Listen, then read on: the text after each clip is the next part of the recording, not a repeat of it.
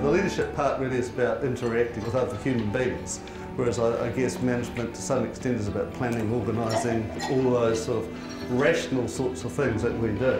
When we first started out with the Institute well over 10 years ago, it was clear to us that leadership starts at the top. So our very first program was the Strategic Leadership Programme for Chief Executives. After a year or two, we had requests from these top people that they wanted to filter this leadership down throughout their organisation. So this leadership program for high potentials was established in that context. It was there for people who aspire to being general managers and strategic leaders and ultimately CEOs, people who can implement strategy and lead teams. We just sometimes have to slow down to go faster. Sometimes we just need to re-engage.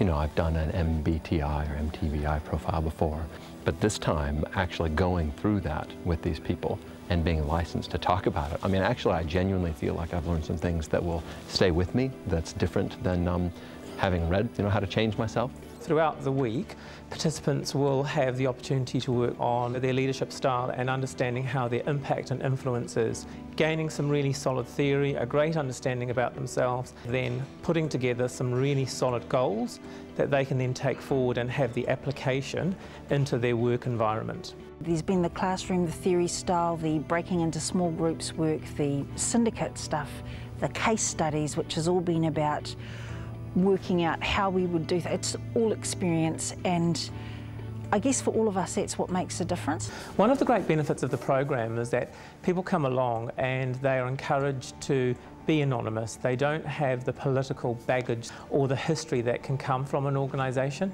Within this environment, what they do is they shed that baggage. They develop high levels of trust amongst their syndicate and with their coach, so that they can have really good, robust discussions around what is impeding them or what is assisting them to be the best that they can be.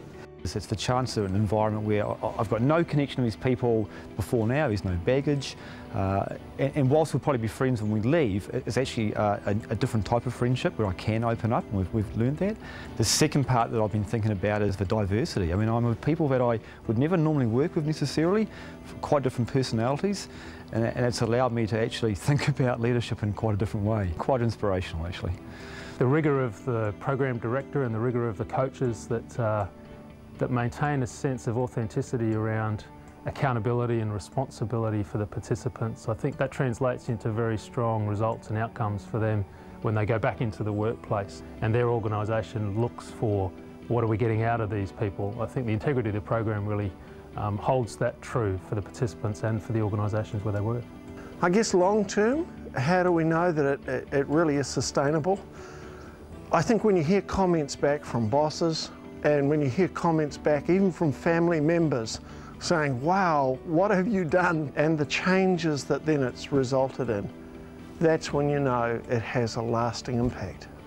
It has the power to transform organisations, to make changes in culture and make changes in performance outcomes.